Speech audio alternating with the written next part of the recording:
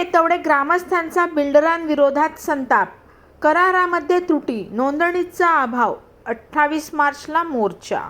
बिल्डरकडून विश्वासघात व फसवणुकीचे आरोप करत ह्या पार्श्वभूमीवर 28 मार्च रोजी मुंब्रा येथे मोर्चा काढण्याचा निर्णय यावेळी घेण्यात आला.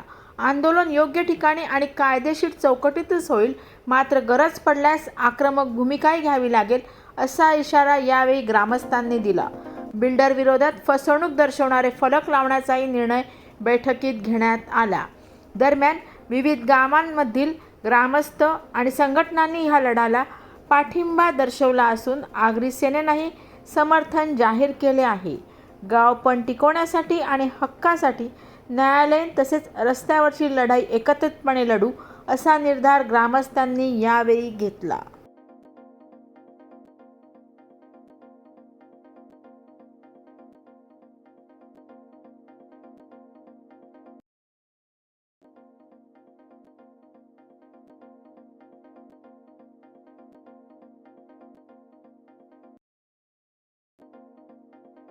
बेतोडे गावातील अन्यायग्रस्त ग्रामस्थांची आज सभा होती आणि ह्या सभेला या पंचक्रोशीतील सर्व पक्षीय कार्यकर्ते उपस्थित होते. आज बेतोडे गावातील जो बिल्डर आहे, मॅरेथॉन बिल्डर मयूर रमणिकलाल शहा यांनी शेतकऱ्यांबरोबर 10 वर्षापूर्वी डेव्हलपमेंटचे अग्रीमेंट केले, त्यांच्या जमिनी डेव्हलपला घेतल्या आणि 10 वर्षे होऊन सुद्धा अग्रीमेंटमध्ये 5 वर्षाची मुदत होती, परंतु 10 वर्षे होऊन सुद्धा ग्रामस्थांना भूमिपुत्रांना काही मोबदला दिलेला नाही. त्यांची अक्षरशः फसवणूक केलेली आहे आणि पोलिसांना पैसे देऊन पोलिसांचा दबाव आणून गाववाल्यांना इथे घाबरवण्याचा प्रयत्न करतोय आणि गाववाल्यांवर खोटे गुन्हे दाखल करण्याचा प्रयत्न करतोय. त्याच्या विरोधात सर्व ग्रामस्थांनी एकत्र येऊन सर्व पंचक्रोशीतील सर्व पक्षीय कार्यकर्ते नेते यांना आवाहन करून आजची सभा आयोजित केलेली होती. आज या सभेची दखल घेऊन इथल्या पोलिसांनी त्याच्यावर गुन्हा दाखल करावा अशी या सभेची मागणी आहे. जर या बिल्डरांनी या भूमिपुत्रांना ठरलेला मोबदला दिला नाही तर येत्या 28 तारखेला मुंब्रा पोलीस ठाण्यावर एक जोरदार मोर्चा आयोजित केलेला आहे. ज्या बिल्डरांनी फसवणूक केलेली आहे त्या बिल्डरवर गुन्हा दाखल करा, 420चा गुन्हा दाखल करा, फसवणुकीचा गुन्हा दाखल करा या मागणीसाठी मुंब्रा पोलीस स्टेशनवर मोर्चा घोषित केलेला आहे. पोलिसांना सुद्धा इशारा देतोय की 8 दिवसात या बिल्डरवर गुन्हा दाखल करा, अन्यथा तीव्र आंदोलन उभं राहील असा इशारा देतो. किती भूमिपुत्र आहेत? भूमिपुत्र जवळजवळ अर्धा गाव भूमिपुत्र बेतोडे गावातील अर्धे गाव आहे. जवळजवळ 25-30 कुटुंब आहेत आणि त्यांची जवळजवळ 30-40 एकर जमीन आहे. एवढ्या लोकांना फसवलंय.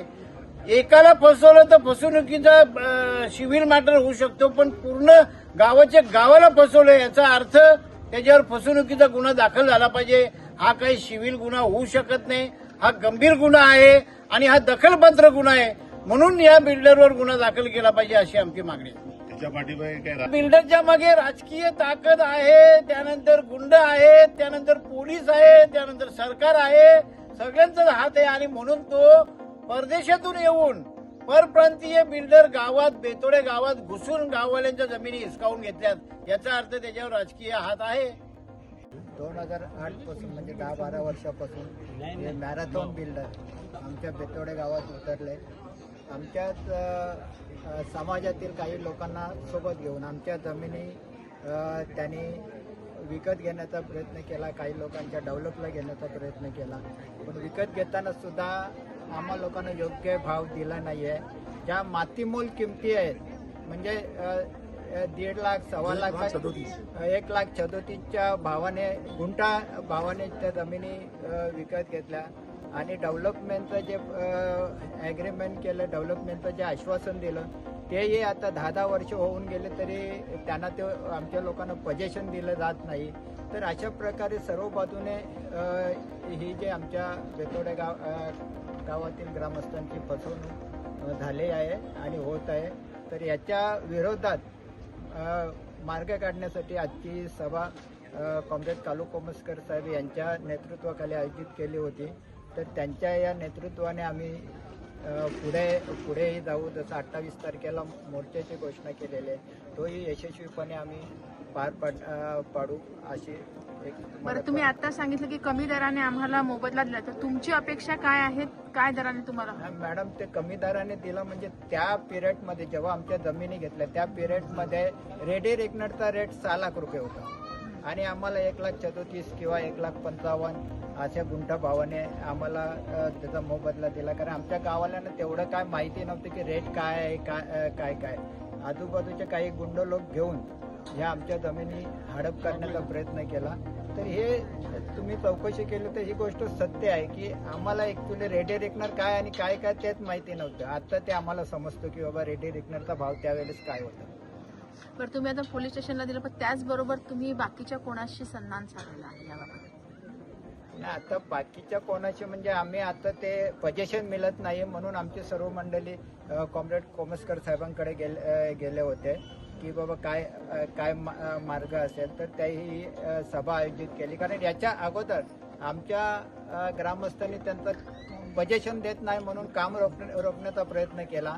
त्याच्यानंतर पोलीस स्टेशनला सुद्धा बोलावलं गेलं, तिकडे सुद्धा मीटिंग झाली बिल्डर बरोबर.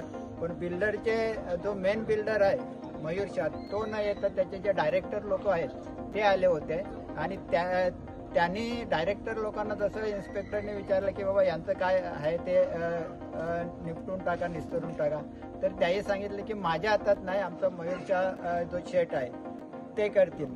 तेव्हा त्या इन्स्पेक्टर साहेबांनी त्यांना तिथून पोलीस स्टेशनहून हाकलून लावलं आणि त्याच्यानंतर मग आमच्या लोकांनी इथे काम बंद सुरूच ठेवलं, ते जे काय बिल्डरचं काम चालू होतं ते. पण त्याच्यानंतर त्या बिल्डरकडून वर काय तरी पोलीस स्टेशनला दबाव वगैरे आला, तर त्यांना बिल्डरला संरक्षण देऊन त्यांचं काम चालू केलेलं आहे आणि आमच्या लोकांना धमक्या आहेत. युवा परिसरातील बेतोडे गाव, या गावाच्या परिसरातील अनेक गावे ठाणे तालुका व कल्याण तालुक्याच्या सीमेवर आहेत. या तालुक्यामध्ये आज विकसित भाग असल्याकारणाने कल्याण, डोंबिवली आणि ठाणे महापालिका या महापालिकेचे अधिकारी सर्व काही बिल्डर लॉबी, ही बिल्डर लॉबी शेतकऱ्यांच्या विरोधात आहे. याच्यामुळे शेतकऱ्यांवर झालेल्या अन्यायाबद्दल सर्व समाज आज एकवटलेला आहे. या समाजाला एकत्र करून आज शेतकऱ्यावर जो अन्याय झालेला आहे व शेतकऱ्यांची फसवणूक झालेली आहे, या फसवणुकीला न्याय मिळण्याकरता त्यांनी 28 तारखेला पोलीस स्टेशन मुंब्रा येथे जो मोर्चा आयोजित केला आहे. परंतु मला पोलीस खात्याला हे सांगायचं आहे की 28 तारखेचा मोर्चा यायच्या आधी तुम्ही त्यांना, शेतकऱ्यांना व बिल्डरला एकत्र करून त्याच्यावर न्याय द्यावा. अन्यथा 28 तारखेला आमचा शेतकऱ्यांचा मोर्चा पोलीस स्टेशनला येणार. त्यामुळे शेतकऱ्यांना न्याय देण्याचा प्रयत्न केला तर आज पोलीस स्टेशनची पण बाजू शेतकऱ्यांच्या बाजूने आहे. कारण काय पोलीस पण शेतकऱ्यांची मुलं असतील.